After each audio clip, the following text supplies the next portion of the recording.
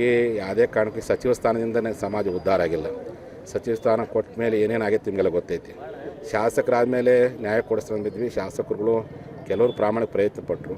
ಸಚಿವರಾದಮೇಲೆ ನ್ಯಾಯ ಕೊಡಿಸ್ತೇವೆ ಅಂತಂದರೆ ಅವರಿಂದನೂ ಪ್ರಾಮಾಣಿಕ. ಹಾಗಾಗಿ ಸಚಿವ ಸ್ಥಾನದಿಂದ ಶಾಸಕ ಸ್ಥಾನದಿಂದ ನಮ್ಮ ಸಮಾಜಕ್ಕೆ 100ಕ್ಕೆ 100ರಷ್ಟು ನ್ಯಾಯ ಸಿಗೋದು ಭಾಳ ಕಷ್ಟ. ಹಾಗಾಗಿ ಮೀಸಲಾತಿಯಿಂದ ಮಾತ್ರ ನ್ಯಾಯ ಸಿಗ್ಲಿಕ್ಕೆ ಸಾಧ್ಯವಿದೆ. ಹಾಗಾಗಿ ಮೀಸಲಾತಿ ನಾನು ಮುಂಚೆನೇ ಹೇಳೀನಿ ಕೂಡಿಸನ್ನು ಪಾದಯಾತ್ರೆ ಮಾಡಬೇಕಾದ್ರೆ ಸಚಿವ ಸ್ಥಾನಕ್ಕಿಂತ ಮುಖ್ಯಮಂತ್ರಿ ಸ್ಥಾನಕ್ಕಿಂತ ಮೀಸಲಾತಿ ಮುಖ್ಯ ಅಂತ. ಈ ಸಚಿವ ಸ್ಥಾನ ಪಡ್ಕೊಂಡವರು ಎಷ್ಟು ಮಟ್ಟಿಗೆ ಹೋರಾಟ ಮಾಡೋದು ನಿಮ್ಗೆ ಗೊತ್ತೈತಿ. ಶಾಸಕರ ಗೆದ್ದಂತರು ಎಷ್ಟು ಮಟ್ಟಿಗೆ ಹೋರಾಟ ಮಾಡೋದು ನಿಮ್ಗೆ ಗೊತ್ತೈತಿ. ಹಾಗಾಗಿ ಮೀಸಲಾತಿಯಿಂದ ಮಾತ್ರ ನ್ಯಾಯ ಸಿಗಲಿಕ್ಕೆ ಸಾಧ್ಯವಿದೆ. ಅದನ್ನು ಪ್ರಾಮಾಣಿಕ ಪ್ರಯತ್ನ ಮಾಡ್ತೀನಿ. ಇಲ್ಲ, ನನಗಪ್ಪ ಮುಖ್ಯಮಂತ್ರಿಗಳಿಗೆ ಆ ಸರ್ಕಾರಕ್ಕೆ ವಿವೇಚನೆ ಬಿಟ್ಟಿದ್ದು. ಹಾಗಾಗಿ ಅವ್ರಿಗೆ ಬಿಟ್ಟಿರ್ತಕ್ಕಂಥದ್ದು. ನಾನು ಅವ್ರಿಗೆ ಅಂತ ಅನ್ನಕ್ಕೆ ಹೋಗೋದಿಲ್ಲ. ಸಮಾಜಕ್ಕೆ ಜನಸಂಘಟನೆಗಳಿಗೆ ನ್ಯಾಯ ಕೊಡಬೇಕು, ರಾಜಕೀಯ ಪ್ರಾತಿನಿಧ್ಯ ಕೊಡಬೇಕು ಅನ್ನೋಂಥದ್ದು ಅವ್ರಿಗೆ ಬಿಟ್ಟಿರ್ತಕ್ಕಂಥದ್ದು. ಆಗ ಅವ್ರು ಯಾರಿಗೆ ಕೊಡ್ತಾರೆ ಕೊಡಲಿ. ಹಾಗಾಗಿ ನನಗೆ ಉದ್ದೇಶ ಏನಪ್ಪ ಅಂದರೆ ಸಚಿವ ಸ್ಥಾನದಿಂದ ಯಾವುದೇ ರೀತಿಯಾಗಿರ್ತಕ್ಕಂಥ ಯಾವುದೇ ಸಮುದಾಯ ಉದ್ಧಾರ ಆಗೋಕ್ಕೆ ಸಾಧ್ಯ ಇಲ್ಲ. ಮೀಸಲಾತಿ ಮಾತ್ರ ಸಾಧ್ಯ.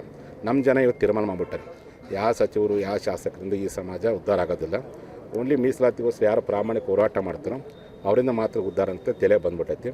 ಹಾಗಾಗಿ ಜನ ಸಚಿವ ಸ್ಥಾನದ ಬಗ್ಗೆ ತಲೆ ಕೆಡ್ಸಂಡಿಲ್ಲ, ಓನ್ಲಿ ನ್ಯಾಯದ ಬಗ್ಗೆ ತಲೆ ಕೆಡ್ಸಂಡಿದ್ದಾರೆ.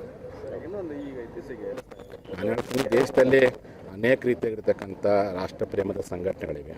ಅಂಥ ರಾಷ್ಟ್ರಪ್ರೇಮದ ಸಂಘಟನೆಗಳ ಬಗ್ಗೆ ಯಾವುದೇ ರಾಜಕಾರಣಿಗಳು ತುಚ್ಛ ಮಾತಾಡಬಾರ್ದು. ಎಲ್ಲರಿಗೂ ಅವರ ಸಂಘಟನೆಗಳ ಭಾವನಾತ್ಮಕ ಸಂಬಂಧ ಇದೆ.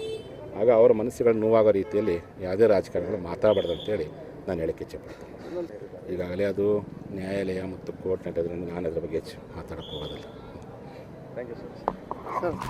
ಇನ್ನಷ್ಟು ಹೆಚ್ಚಿನ ಮಾಹಿತಿಗಾಗಿ ಫಾಲೋ ಮಾಡಿ ಬ್ರಿಗೇಡ್ ನ್ಯೂಸ್ ಕನ್ನಡ.